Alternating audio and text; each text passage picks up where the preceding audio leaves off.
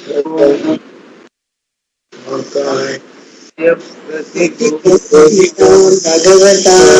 Narayanena Swayam Vyasena Krita Purana Munina Madhya Mahabharatam Advaitamridavashini Bhagavati Krishnadasakhaini Ambatvam Sandadami Bhagavad Gita Bhavadveshini. Listen to this Atma of Prashant.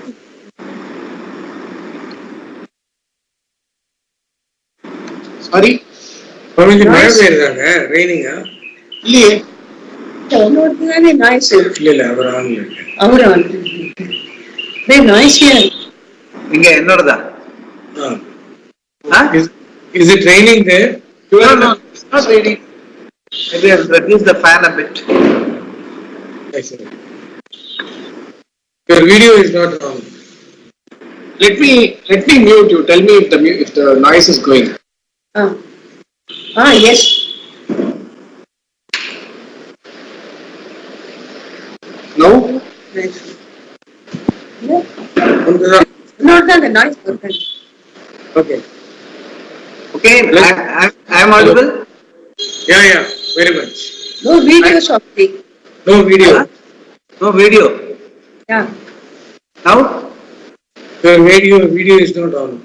Video is not. No, only audio. Now it must be there. Right. See you. Yes, okay, yeah. Blessed with his Atma alone, Prakriti creates everything. So, because of this, because of my presiding over, by lending consciousness to it, the Prakriti itself is conscious. Because consciousness inheres in the Maya Upadhi, that Atma becomes Parameshwara, the one who does everything and knows everything, and therefore has Sarva Karitva and Sarva Jnanatva. Blessed by this Atma. Not Maya, what you read was, okay, Maya Addakshan. Okay, right, yeah. Blessed by this Atma alone, Prakriti creates everything. What is actually Prakriti here? Yeah, Prakriti is the Upadhi, but it is precursor. You have the English term, no? Precursor. Precursor, you have got that English term, right? Precursor. Can you hear me? Yes. Precursor.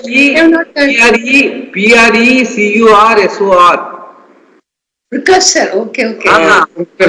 It is Prakriti is nothing but precursor. That is what is going to come after.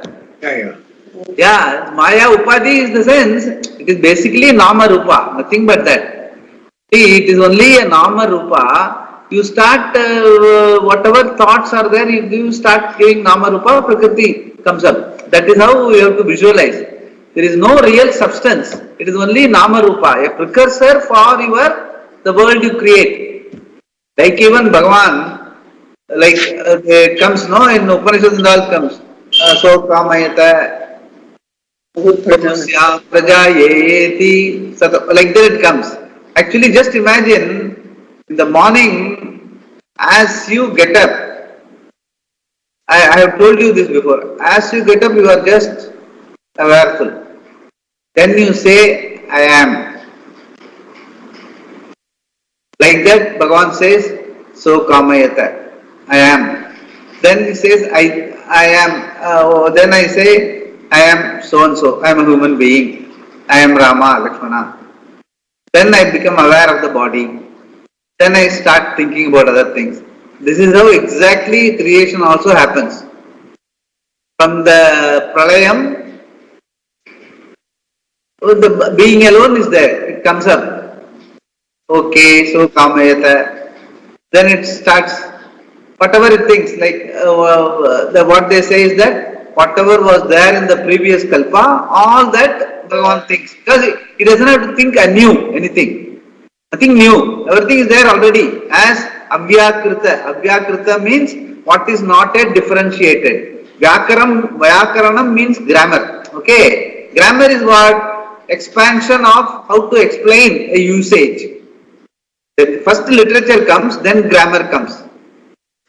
Okay. Grammar is what? Just explaining what is already there. Likewise, Vyakaranam is what is already there in the previous kalpa, it is there. The first, the awareful being just thinks of what was there. Then it expands. Then slowly everything comes. That is how it is. Prakriti is nothing but the leftover of the previous kalpa. And everything comes. Like your body, every day morning when you get up, when you go to sleep, totally you are dead sleep, nothing is there. When you get up, awareful being. Then I say I am. Then I say human being, or name, form and all, everything relative, house, everything comes. Your Srishti starts. In the same way, Bhagavan also. Listen, that is how, there is no real Srishti as such. It is all, even your own Srishti is your own thought. And the Srishti of Bhagavan also is the same. It is all there in the previous kalpa, what was there, it just comes up. Because of the, both are having the vibhuti, like I the being and Ishvara the being, has all the power, what you call transcendence and immanence. Immanence meaning becoming all. Transcend means it's nirvishesha, which we have told before. It transcends everything, nothing is connected, but at the same time all vishesha is possible. So that is how creation is. That is what it is being explained now. Just by this Atma alone, Prakriti creates everything. Yeah. That is why Maya Upadhi. There is no real thing, substance as such. It is all thought Maya. Maya. Yeah. No, the thinking or the feeling I am, or I have to do this today, all that in the morning when we get up, they are also Maya, no? Yeah, in the sense, it is all, you give life to all these thoughts. In the sense, you have set up a routine for yourself. Suppose you have set up a different routine, then that will become your world. You have set up this routine and you go by that. So this is your world. That is why I am saying, the world is what we create. The idea is, it is not that every one of us will create a world and transact. That is fine. The transaction is not questioned. But the thing is the reality of it. The reality of it is given by you. That is why you should not get overwhelmed by whatever is happening. Just go by that. Because there is no real world other than what you give. Nambadan uyir kuduthirukkom life ku. Not the other way. So uyir kudukradhe life is because of I, the being. And the understanding thoroughly irundadunaka, whatever happens, you will say it's all part of the flow. It's all part of the flow. Just keep doing whatever is possible, whatever is required, whatever you can understand. Just do it. Instead of saying that that is my life. In the sense, you give life. It is not that gives you life. That is why it is B is A, but A is not B. Something like a drama or like a movie. And you are the sutradhar. Without you, there is no movie. The director, without the director, the dream merchant, there is no movie. So like that prajna has to be there, that understanding has to be there. That is why this is explained that way only, it is being explained. Yeah. So you are saying something? No. What Swamiji explained just now, where we give a life to something, like 3 days I've been listening. Amma forwarded me that chapter 6 Bhagavad Gita by Pujya Sri Swamiji. In that beginning of the chapter, he starts by saying money as a factor. We give life to money because we seek it. He talks about seeking and how that is given life. So exactly what you said, Swamiji, just now. Exactly, yeah. That is how it is. That is the truth of it, yeah. Because of these reasons, Anayana Hetuna, the world undergoes all its changes. Jagat Viparivartate. The changes of creation and dissolution, and again changes within creation, are all possible because of this alone. They are presided over by me. Therefore, Atma as the Lord can say, Aham Visrijami, I create. And he can also say, I do not create. How? Look at this. In your own case, when the body is moving, the particular attribute of the body movement is imputed to the one who resides in the body. That is the I. You are the one who is aware of this body and its movements, but upon this awareness, you superimpose the action of movement. We are not considering Atma as Satchit Ananda here. We are talking about the Jiva. The simple Jiva seated inside this body does not perform any action, even though the actions done by the body are attributed to the Jiva. It is similar to the statement made by a person riding in a car. Although he performs no action at all, he will impute the attribute of the moving car to himself and say, I reach 60 miles an hour. Even if he becomes an Olympic runner, he cannot travel 60 miles an hour. This is the property of the car. Yet he says that he travelled 60 miles an hour. It is called Aropa. Aropa means superimposition. Yeah. You superimpose upon your own body a movement of 60 miles an hour which belongs to the car. Similarly, when the physical body is running or walking, the action is superimposed upon the Jiva, and then you say, I run, I walk. It is the same for Bhagavan. The Adhyaksha, the conscious being obtaining in the Prakriti, makes the whole thing happen. The Prakriti aspect undergoes all the changes being blessed by the Chaitanya Atma, and therefore Prakriti performs all the actions. When it is understood that the action of Prakriti is superimposed upon Atma, and that without Atma Prakriti, Prakriti itself cannot create. Prakriti itself cannot create, yeah. Then you too can say, I create Aham Visrijami. Because consciousness itself does not perform any action, you can say, I did not create.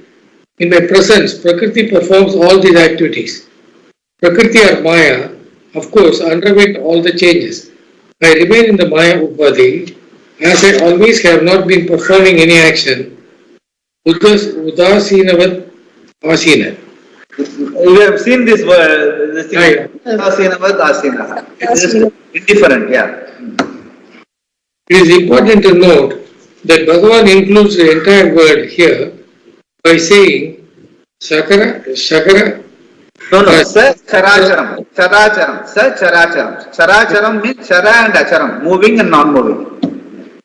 When he says the entire Jagat is created by Prakriti, blessed by Atma, which itself performs no action, your body and all the five elements are also included in the Jagat. They are nothing but the product of Maya, blessed by consciousness. And the product of Maya is not away from Maya, which itself is not away from Atma. Therefore, there is nothing that is away from Satchit Ananda Atma. So the Maya here you must very clearly understand. Maya is nothing but name and form. There is no substance. That is why Maya means Yama Sa Maya. What is not there but appears. So it's just name and form and function. Name, form, function.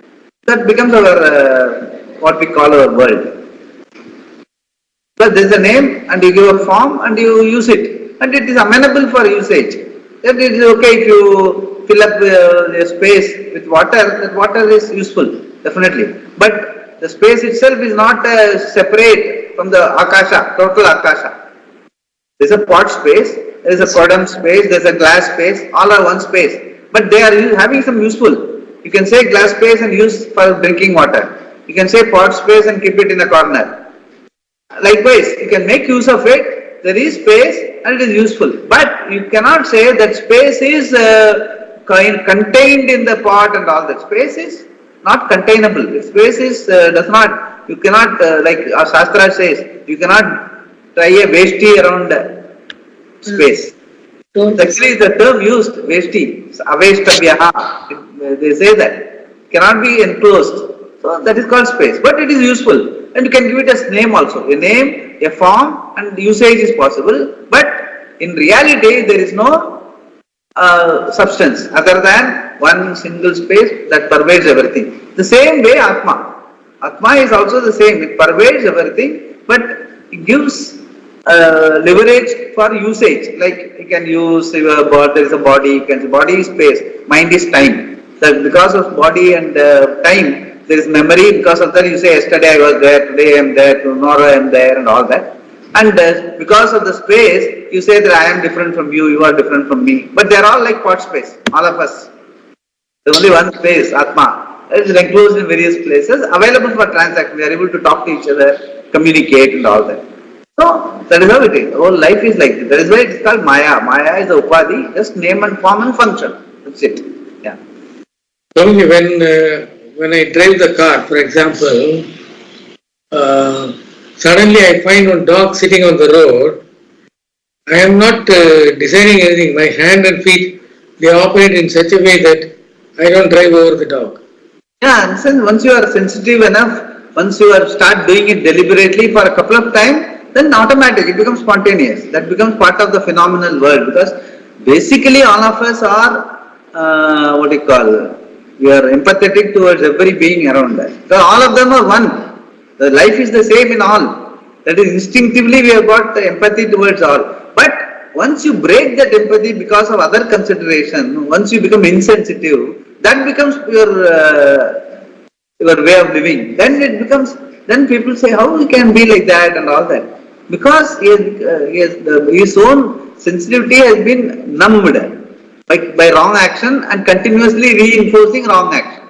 As long as we don't reinforce a wrong action, one time it happens, next time no, I won't do it. If you do that and slowly practice it, automatically even when you will not, even in sleep you will not hurt anybody. That sort of a thing. Because that is our natural. Ahimsa is our natural tendency. Himsa is what is cultivated.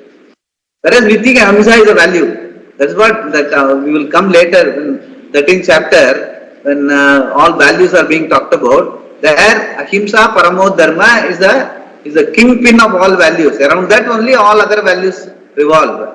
Bhagavan will say. So ahimsa paramo dharma. In different vibhutis he will ask, Arjuna will ask, where all you are present. He will say in ahimsa is my value. That is my value. Like japa is my vibhuti. Like that he will keep telling. So in that ahimsa paramo dharma is the same thing that is there in all good proper religions. Ahimsa paramo dharma is a value, fundamental value. And the non-hurting, non-stealing, non-lying, everything is based on ahimsa only. So like what you said now, you are left to yourself a phenomenal world, like your body politic. Inside the body politic, it automatically, kidney helps, heart helps, lungs. If heart is loaded, lungs help. If lungs are loaded, kidneys help. It doesn't ask for permission from anybody. Automatically they perform like a harmonious living, because that is nature. We only disturb because of our own. We have been given that freedom, that free will. We abuse that freedom and disuse that freedom. That becomes our personality, and later we regret. Then we try to bring it back to our own real self. It takes years. Then we have to do karma yoga, we have to do a lot of prarthana to become our normal self. So then by the time when you become normal self, then you will understand the whole thing is one. Whatever we are studying, that sensitivity has to come. Then only whatever we study will make sense. So that is why that karma yoga and all that, in the sense, you must come to your basic person. You have to discover your basic person, a simple person with values. All the values which are being talked about. So nothing but something extraordinary or something. You must be basically a human being. That is why they say, no, in Viveka Chudamani, what is that? Traya guna hetutvam, manushyatvam, mumukshatvam, mahapurusha samsaya. Before studying Veda or Vedanta, manushyatvam, first you have to be a man, a human being. There, all this sensitivity, first you have to be an ahimsa, is your paramo dharma, it is your basic dharma. It is not something. So, we have to get to that basic level of a human being, then automatically other things. Then we will start asking, inquiring, Your mind will be sensitive. What it is all about? I am doing everything proper. Still something is lacking. What is it? That question will come. Sensitivity will come. Only a sensitive person will be able to ask that question. Once that question is asked, the answer is simple. It doesn't take much time to understand that we are all just awareful being. Everything else is, what is changing, what is changeless is me. That is why I am able to see the changing. Whatever we have been discussing, it will become very obvious. Asta amalaka, like a fruit in the hand, it will become so simple. So that is where we are getting, yeah. We do several things intuitively, no? Huh? I have one more question. We do several things intuitively without thinking. It happens by itself. Is it because of the awareful being? Listen, see, there are two things. One is spontaneity, another is impulsive. Impulsive is generally referred to what is done out of a reaction, out of a reactive mind. Spontaneity is what is in line with Ishvara Srishti. So it's called spontaneous. Even in English there are two words. One is impulsive. Don't be impulsive, we'll say. But both are, as you say, intuitive. Automatically happens. But impulsive means you have been insensitive in your lifestyle. You have developed certain insensitivity. Because of that you are impulsive. Whereas if you have lived a sensitive life, be alert to the thing, the apramatta I have talked about now. Just if you are alert and sensitive and being, that dharmic, then your intuitive behavior will become spontaneous. It will not be impulsive. That is where the difference is. So we have to see whether what we do, whether it is spontaneous or impulsive, whether it is in line with dharma or against dharma. So if it is against dharma, you cannot leave it as intuition. No, I am like that. No, you have to change, make a deliberate attempt to change. But if it is good, that is why Swamiji used to say successful living is if you like what you are supposed to do and if you dislike what you are not supposed to do, that is successful living. Intuitively, you have got a liking for what is dharma. And you have a dislike for what is adharma. Like Dasarada was an epitome. He cannot but be a dharmic person. If he wanted, he could have said, Kaigeyi, where I gave you bones. He didn't say, because he cannot but be a dharmic person. He will die but cannot go against dharma. That should become our intuitive behavior. Then we are on the right path. Then we are closer to Bhagavan. Yeah. So that is where we have to analyze our intuitive behavior, where we are. Yeah. Let us come to your physical body. Little moved away. Can you tell me which verse we are in? Suddenly it's moved away by many pages. We are in 9. Verse 20. 9, 10. 9, 10. 10. Verse 10. We are in 10. We've passed four pages. Okay, right. Subheading Let us blessed come by to your this physical Atma. body. Blessed by this Atma, subheading adukilla. Submitting word. Radha. Blessed by this Atma alone. Blessed by this Atma alone, Prakriti creates everything. Adila 6th para. Let us come to your physical body. 7th para. When it is understood that the action of Prakriti is superimposed upon Atma. Adukku aduthathu. Let us come to your physical body. Okay. Okay, fine. Let us come to your physical body. Is it created or not? Since it's a modification of Prakriti or Maya, this physical body is also created by Prakriti. Prana, mind and senses are created by Prakriti. And behind them is Satchit Ananda Atma. Therefore, your mind is functioning, being blessed by Atma alone. Every vritti, thought, enjoys Chaitanya Atma. It is the same whether it is individual Srishti, your mind and its thoughts, or total Srishti, the entire Jagat, because Atma is the same. Behind the whole scene of your physical creation, or the total cosmic creation, is one Chaitanya Atma alone. Therefore, you too can say, along with Bhagavan, blessed by me, Prakriti creates this world composed of movables and immovables. Maya, Adhyakshena. Maya Adhyakshana. Here it is Maya. Maya means by me. Yeah. Maya, Adhyakshena, Prakriti, Suyata, Suyate Saracharam. Sacharacharam. Yeah. This is jnana, knowledge. Suyate, I have told you. Suyate is putting together, stitching, like sewing. Yeah. I perform no action. In my presence alone, actions take place. The achetana, inert itself, cannot create, and chetana, consciousness, does not create. In between, there is a so-called creation. Thus, inert Prakriti, blessed by Chaitanya Atma, the conscious being, becomes the cause for the entire creation. So when Krishna says, I create, but at the same time, he says, I did not do it, it is exactly like the person seated in the car saying, I did 60 miles an hour, and then saying, I did not do it. In both the situations, the statements are made from the standpoint of Satchit Ananda Atma. You too can say, I thought, and immediately follow it up with, I did not think at all.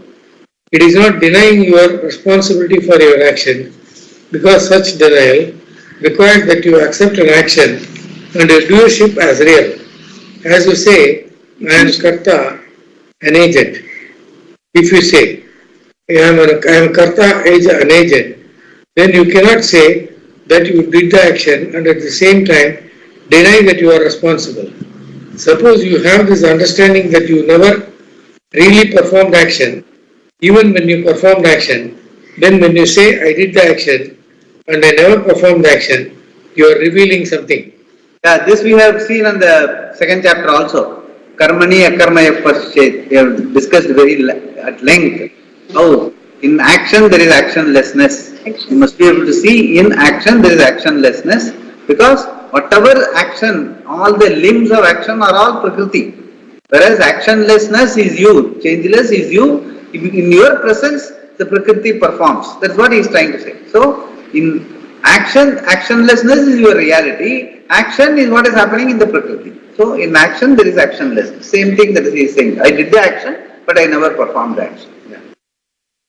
Bhagavan accepts the karma when he says, I create. But at the same time he says, I did not do it exactly like the person seated in the car says, because I was seated in the car, I did 60 miles an hour. At the same time, I did not perform any action. Both are true. Similarly here, from the standpoint of the Upadhi, Atma, from the standpoint of the Upadhi, Atma is a Karta, and from its own standpoint, it is purely a blessing, a presence. The self is only a presence of consciousness in which the mind becomes active and actions take place. This is what we saw when Bhagavan said earlier in the 4th chapter, Karmani akarma yah paschet sa buddhiman. This I was just telling. The same thing he has also started. The one who recognizes actionlessness in actions is a wise man. That wisdom is being talked about here. The entire Jagat is changing because of Prakriti, which is blessed by me. Therefore, I can say, I create, I sustain, I destroy. And then I can say, I did not do anything because I am like a witness. Thus, all contradictions are resolved.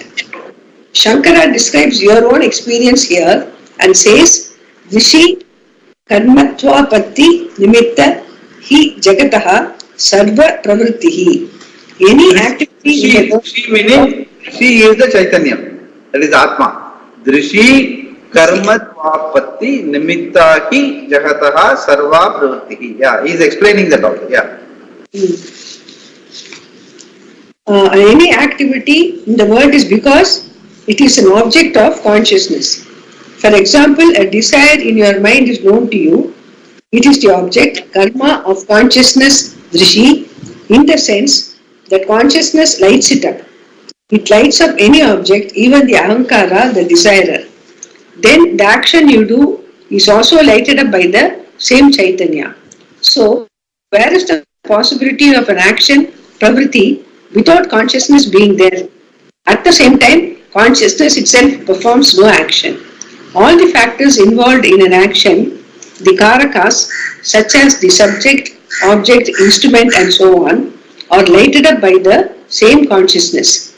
It only lights up performing no action. Therefore, you can say, Aham Akarta, I am not a doer. But without the lighting up, there is no question of any action. How are you going to fulfill a desire without recognizing it? And you have to be there to recognize it. If this is clear, then you see how you can say, I did everything, at the same time I did not do anything. I am the Karta and I am the Akarta. It is a common misunderstanding that the objective of this knowledge is to eliminate the Ahankara. Then the question will naturally arise, if I eliminate the Ahankara, ego, how will I engage in any pursuit? We do not eliminate the ego. We say that ego is Atma, but Atma is not the ego. So the reality of it, basically what we are doing is that we are the reality of the ego, we are deflating it, which we have discussed, Avaya Virindali, the marriage. So the reality of it, he is not a real guest, he is only masquerading as a guest. Likewise, ego is masquerading as if he is the real person. It is not that. Reality, once you knock it off, then ego becomes a donkey, it serves your purpose. Whatever you say, it will do, rather than you doing whatever it says. If I eliminate the Ahankara ego, how will I engage in any pursuit? We do not eliminate the ego. We say the ego is Atma, but Atma is not the ego. This amounts to an elimination of ego because you think Atma is ego, which is not true. The ego appropriates to itself the status of being I, of being some kind of an independent being. In fact, it is a misappropriation which only brings in limitation and bondage. It is like losing $1 million job because of misappropriating some postage stamps. The ego, even though it has no sense of I without the Atma, further appropriates to itself the body, mind and senses, thereby becoming an entity which is limited. So we negate that and the ego becomes bhadita. Enlightened one continues to be an entity, but at the same time, much more than one thought one was. Thus one can say that there is Ahankara and also says that there is absence of Ahankara.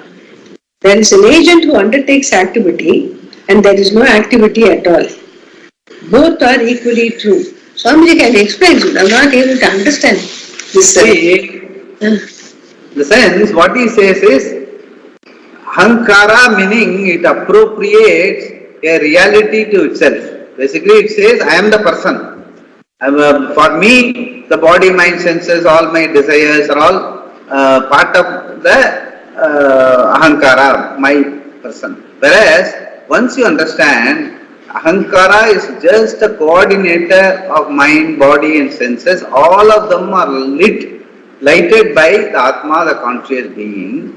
Then they act as one. Body, mind and senses, how they are just inert, they act being lighted by consciousness. Same way the I thought also. The I thought, which is coordinating the body, mind, senses activity. Once you are hungry, what happens? You move to a nearby place where food is available. Once you are thirsty, you move to a nearby place where water is available. That much of coordination only I thought is supposed to do. Whereas what happens, I becomes a person, then it says, I like this food, I don't like that food. I like this cold drink, I don't want to drink water. This sort of angularity is because of I, the ego, the Ahankara, takes up enslaves the body, mind, senses and makes it an individual entity. And compared to the other person, I am a different entity. So I am bigger, I am smaller, I like this, I don't. All the angularities of the personality is because we take ego as real. Once we understand ego is nothing but just I thought, the I, the being is nothing but the awareful being. It is not fulfilled by anything. because it is there is a call which we have discussed. So the tatparya of the whole shastra, in the sense, we are desa kala vastu aparichinna purnam being. There is no limitation, not limited by time, space, or by what do you call it? It's not an object. So for fulfilling that I, you don't require to have a cold drink in place of water. So this sort of a understanding, once it is thorough, then this I, the ego, the ahankara, will just be a coordinator of all your activities. Whatever you are supposed to do in your at this place, in this situation, to that extent possible, to that extent is fair to everyone around, he will do. That's all. So he will, many thoughts will keep coming in the mind, and all that. And the ego will not say, no, I like this, I don't like this. Because we allow it to develop over a period of time. We allow that ego to become a personality by itself. A personality is what? A person with angularities. Angularities means I like this, I like this, like this, I don't like this, I don't like this, I don't like this. All these things become, and we generally encourage that. Encourage that personality. He's a different person. He's got all those things we encourage, and because then it becomes a Frankenstein. At some point in time, you are not able to deal with it. As long as the going is good, everyone appreciates. Once the going is not good, then that becomes your liability. So what the Shastra says, no, that is not the reality. Even though I thought is there, that is the reality of it is not, it's not an entity. Even body, mind, senses are not entity. It's all karana, karakas, that's all. Likewise, I thought also is just a coordinator of mind, body, senses, and for essential activities, like what I was telling. Food is there, you have to go and take food. Likewise, every activity, wherever you are taken up a position in the office, there are certain responsibilities, I will coordinate. You will not bring your ego and say, I am bigger than that fellow, I will try to hide my mistakes, I will try to impress by doing something wrong. All those things come because I takes it as an entity. The ego takes it itself as an entity, reality by itself, which is not. What we are now doing only, we are putting it in its place. It is not the reality, it's just a coordinator. Whereas then who am I? Then that is the question. We are answering that we are the awareful being, which is the same in everyone. So that is why samatvam is possible, that is why oneness is possible. So then everything is same. What we do? Everyone does whatever, nimitta matram bhava sabyasachi. Just do whatever you are supposed to do, what you are slated to do. And which we know, dharma, we know, every one of us know, in this given situation, what am I supposed to do? If you don't give, if the ego does not interfere, then you will do what you are supposed to do, to that extent possible. If the ego interferes only, you try to do something beyond your capability, and either burn your finger or burn somebody else's finger. All these things are, so basically the whole thing is reality understanding. We are not destroying anything. Everything has its place, but we have to understand the reality. Only reality is I, the being. Everything else is vyavaharika reality, transactional reality.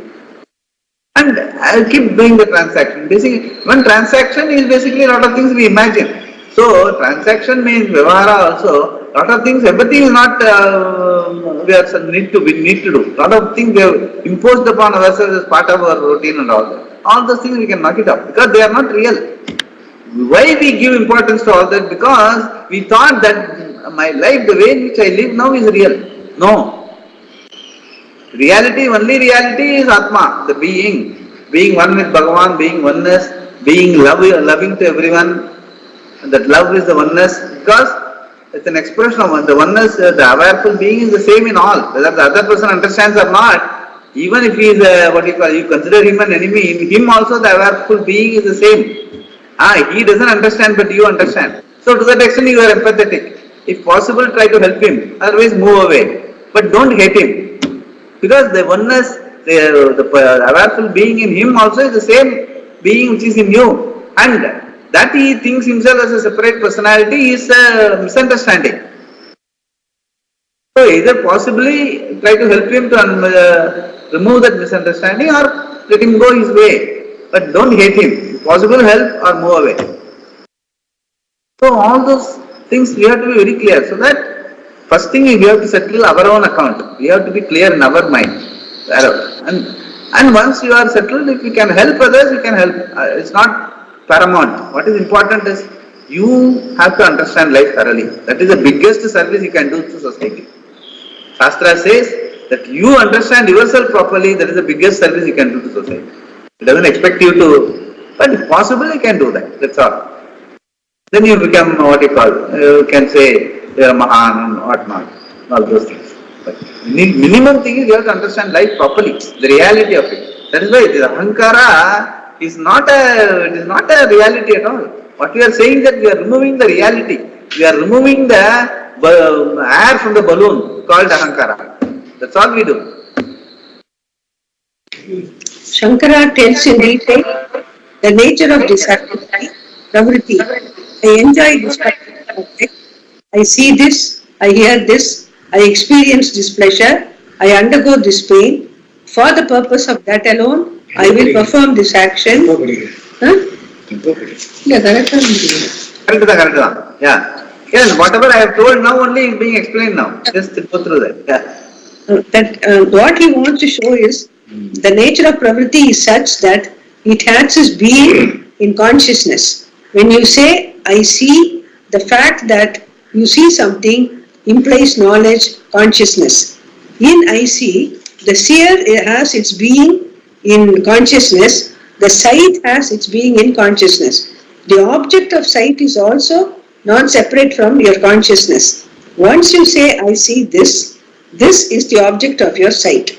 How is it away from your consciousness? And therefore, nothing, the seer, seeing, sight is separate from consciousness. Similarly, how can you say, I enjoy, unless you light up the enjoyer, enjoyed and enjoyment? So all this pravritti, I will perform this action, I will know this object, I know this object, I am seeing this object, I am hearing this object, as its being in consciousness and resolves in consciousness. Once one such pravritti is over, you are ready again for something else. That also resolves in consciousness, and again you are ready for another thing. It is so intelligent, like a camera, even better. A film is exposed to objects in terms of light and registers an image, but that can happen only once. The film cannot be cleaned and used again. Once it is exposed, it is finished. Here it is not like that. Look at this. The mind is exposed and the image of the object transpires there. Then it is gone and the light Atma is there. The eyes require some light, as does the camera. But here the light is from within.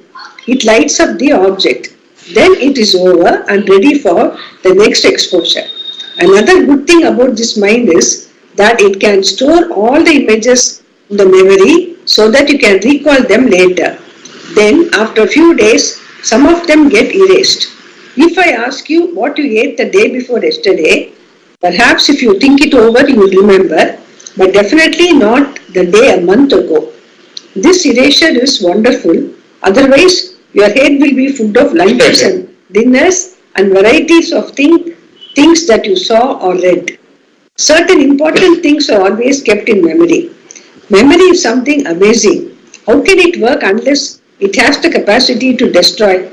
But then it has the capacity to automatically remember certain things very clearly. It all seems to be well organized. So, consciousness lights up everything, including memory. Then, when it is over, when the mind is cleared, everything is resolved in consciousness. It has its being in consciousness. It has its resolution in consciousness.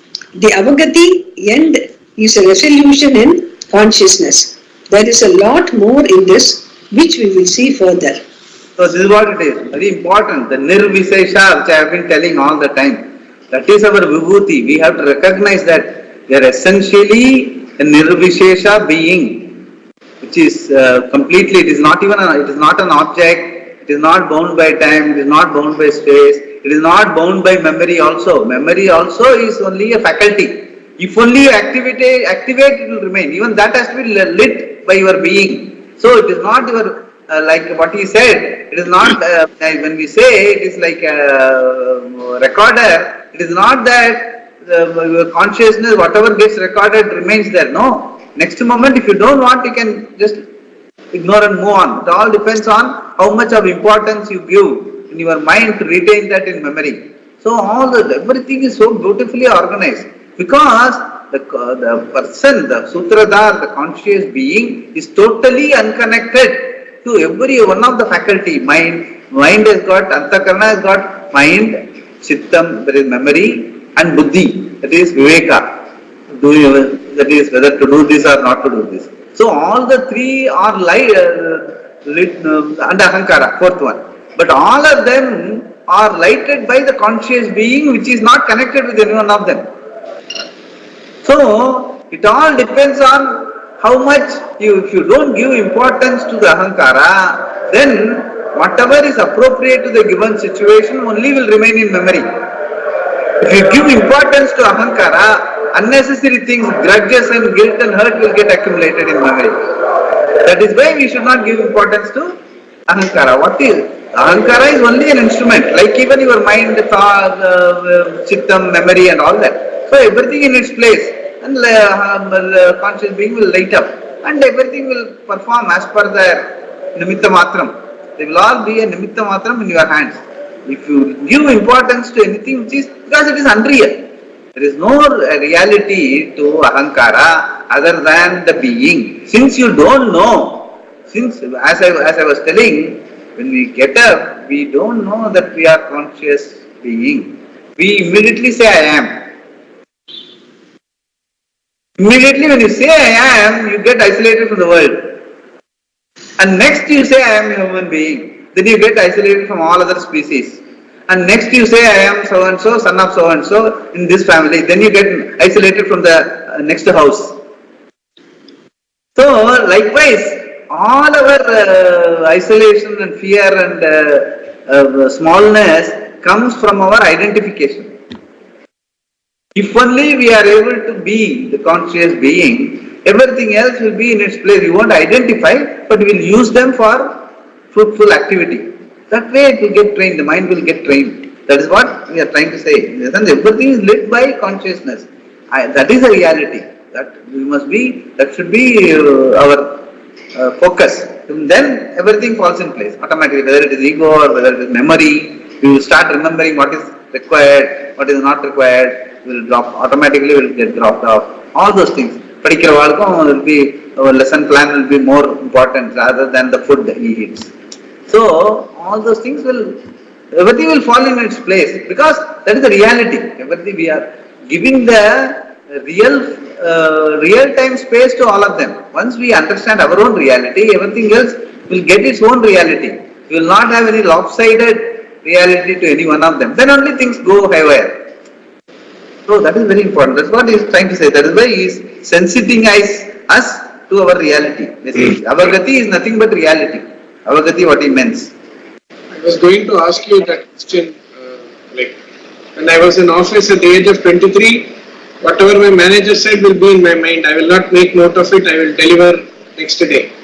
But now, what my manager tells me, I tend to forget some of them. So I need to make notes in a diary, and then so we just now read that how much ever conscious you are, your memory will be very strong. So you just now clarified that part to me, saying, okay, if I get up in the morning and I say I'm kind of isolated from my normal activities, and when I say it is me, I am isolating from other species. So that way, if I get up in the morning and say Krishnarpanam and then start, maybe whatever I did at the age of 23 can still be done at this age with that memory. Yeah, definitely. In the sense, once you are tuned to your reality, then things start falling in place. Without our own knowledge, we give due importance to everything. Because everything gets a level playing field. Once you get give a reality where it doesn't exist, things get crooked. Without our own knowledge, we develop angularities and we call it a personality. Then we go for personality development. Yeah. Swamiji, like from what he says, memory if you have this right thinking, then memory will not fade. No, memory with age, it is a neurons and all, it will fail. But that, what you call, the importance we give in terms of holding grudges and holding unnecessary things, movie related information, serial related information, all those things will not give importance. What will give importance is what is appropriate to the, because we don't give, that memory is a very, memory and matta smriti jnanam apohanancha, we have read it earlier also, or I don't know whether we are going to read it later. Matta smriti jnanam apohanancha, the apohanam is nothing but lack of memory, loss of memory. That itself is a big vibhuti, Bhagavan says, in the sense, you will not give importance to what is not to be given importance. Then automatically it goes out of your memory. Okay. See, depending on attention you give, that memory gets cluttered. This is, if you give importance to something which does not need importance, then it remains in your memory and troubles, and that your memory space is not available for what is important. Okay. So that is where your value system helps you in remembering what is appropriate and forgetting what is not appropriate. So that is where memory is also an instrument. You should not allow it to just exist by itself, whatever. No, that is where the ego plays a part. The ego, the non-self, it's the pseudo-self, that starts playing around. It makes the memory remember unnecessary things.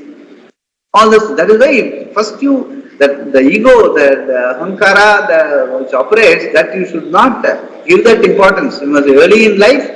It should just be an I thought. I, the being, the I thought is just the coordinator of all my activities. And all my activities, whether it is keeping in memory, or thinking about something, or applying my discretion, all that will be governed by the being. The being in sense, the person, the I, thought, simple thought, which is totally salutary towards the being, which is love, which is oneness, which is Ishvara's order, dharma. So all that will get, you will be saluting that and doing your activities. Your memory will be exercised only to that extent it is falling in line with dharma. Your discretion will be what is in line with dharma. I will do what is in line with dharma. What is not in line with dharma, I will not. I will like what is in line with dharma. What is not in line with dharma, I will dislike. That will become your discretion. That is your viveka buddhi. So all those things will fall in place once you are in tune with reality. The reality is, I, the being, is the same in all. It is love personified, it is oneness. And I thought is just a coordinator of my mind, memory, system, body, activities. So everything falls in place. But it doesn't happen when you are in 10 years old, 15 years old and all that. Maybe at 17, 18, 19, when you are getting exposed to a right person in life, then once you start be alert to this reality, other things fall in place. I tell you this. Because I used to say, I was very famous that I was not a person with great memories. The sense, even in, as I was telling you, even in mathematics and all, I used to know only the theorem. The rider part of it, I will go to the exam and do. People will by heart riders and go to the exam. Because they had good memory. They had to buy it. So any rider that comes, I know, immediately he will pull it out from memory. And whereas I will go and there in the exam for a rider, using the understanding of the theorem, I will apply the construction and solve it. That way, fortunately, I got 150 out of 150 in BSc and 200 out of 200 in PUC and all that. Because my level of understanding the subject matter was good, but not memory. But later I found, if you are able to channelize your memory as per the reality understanding, you don't need a big memory. Swamiji used to say that you don't have memory of all those things that have happened, very difficult period in your life. It is good. It is apohanamcha, it is a vibhuti, he used to say. So you live in the present, not in the past. So it can be converted into a vibhuti as long as you have got the right understanding in life. The sense you must have the correct. You cannot miss out the reality of your life and have all these vibhutis and play it around. Then you will be playing a wrong game. So the reality you understand, then use all these faculties, manam, buddhi, chittam, ahankaram and all appropriately. Then everything is useful to you. Otherwise they work against you. Very important.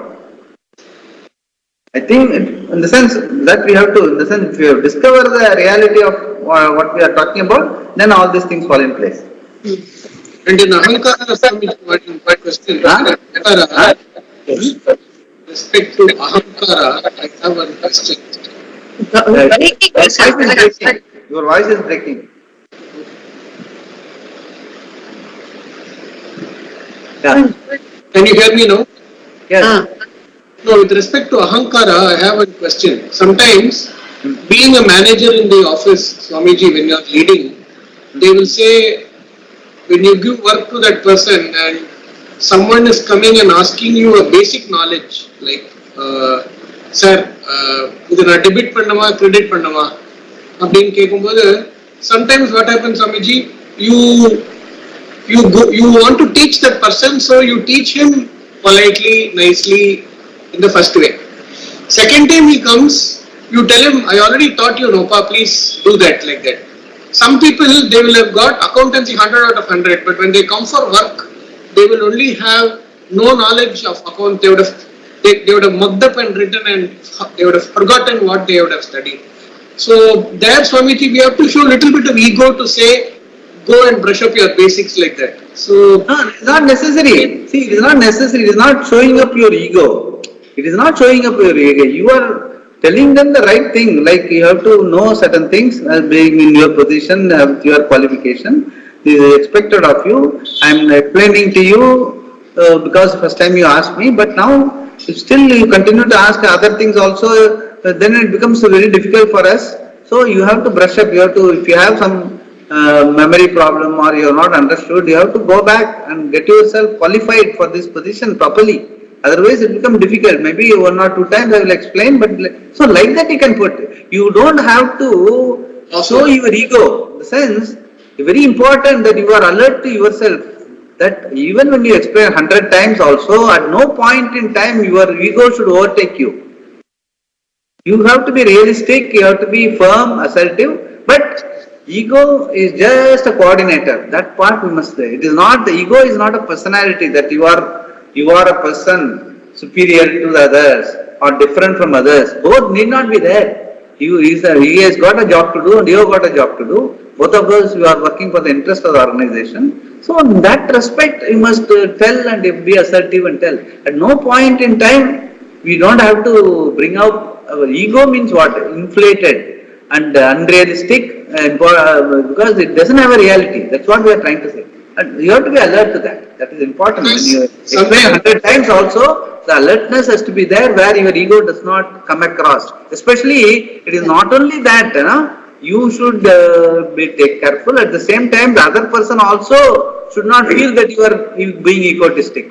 It is not only, it is not enough to be right. You have to be perceived to be right in the other person's mind.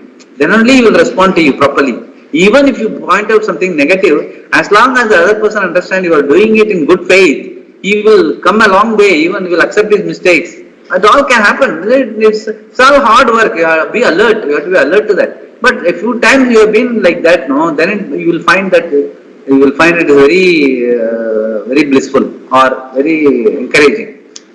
Happens. It takes time, but it's all essential. The positives in life. That is called understanding life. The whole thing is understanding life. And one small question about what is the difference between discipline and ego, Swamiji? Because some people I've seen in offices, 9 o'clock, sir will be here at 9 o'clock. So everybody get up, like that they will say, and then good morning. As the person goes, the discipline they will instill in the office by saying good morning to each other, which is good, greeting. But sometimes the discipline changes into the ego of the boss. The boss while walking, he will walk in such a way that, okay, at 9 o'clock when he walks, someone is not there, he will punish and do all that. So there, what I'm asking is, it's good to be humble, at the same time disciplined with communicating the aspects, right? Am I correct in the thought? Yeah, definitely the discipline is a collective ego of the organization, the culture, all those things matter. Definitely, if the person who creates the culture in the organization has got a good balanced approach, then he will create a very positive teamwork like atmosphere. Nowadays, no, that sort of yours obediently and yours truly, people don't even write in the letters because it's all slavery mentality. I am still using Swamiji. It's not actually this yours obediently. Chinna vayasla people used to English teacher used to. Nowadays, nobody uses yours obediently. Even truly, at best you can use it as yours truly. That's all. I'm No, still and not obedient. And in my It's all cultural. Sometimes it's all cultural of the culture of the organization now that. If you look at some of the, I used to tell here in Tamil Nadu, this sort of a psycho-fancy culture is there even in organization. Whereas in Bombay and all, you do your job and you don't have to really be hanging around your boss and all that. So the culture in the working culture in Bombay is very different. I am talking about 40 years back, 30 years back. Is different from what it is in Tamil Nadu and all. The Tamil Nadu and more sycophantic culture, more feudalistic bosses. Company generally because the two big companies in Tamil Nadu is TVS and TTK, both are feudalistic. Boss is the king is right always, so boss is right. So that's sort of because Colgate Palmolive, Hindustan Lever, Asian Paints, all totally. I won't even see my boss for many years, many days, but things will go on. Why I am asking so many questions to Swamiji, I am now correcting myself how to behave in front of my boss, Swamiji, because I have been very egoistic. I am now becoming humble, but at the same time trying to correct my way of approach. Also, at the same time, you must be aware of the culture in the organization. That also is there. As long as it doesn't affect you, falling in line with the culture doesn't matter. You may have your own. When you move to another organization, okay, if you find that there is an open culture, a learning environment, where teamwork is more important than the boss, then you can fall in line. But in your present company, if the boss is the king and king is right, so boss is right, that doesn't matter. As long as your work is not affected, you can cater to that. There's nothing wrong in that. But you have to be alert to the overall situation. But here we are talking about how we as an individual can be tuned to the reality of life, rather than going by what we have been doing mechanically all these years. Because ultimately we want to live a fulfilled life. That can happen only when you are tuned to the reality. I tell you, irrespective of, unless you are tuned to the reality, you are not going to have fulfillment, irrespective of your achievements or not achievements. That is a fact of life. Gita is trying to tell us. Yeah. So where we stop? Last two verses paragraph. In the last two verses. The Okay. last two verses we will start tomorrow. Avagati, that. We will start there tomorrow. Avagati end is that we stopped there. Okay. Avagati. Yeah, Avagati I was telling. Yes. We'll start tomorrow. Om Namada Purnamudachyate Purnasya Purnamadaya Purnameva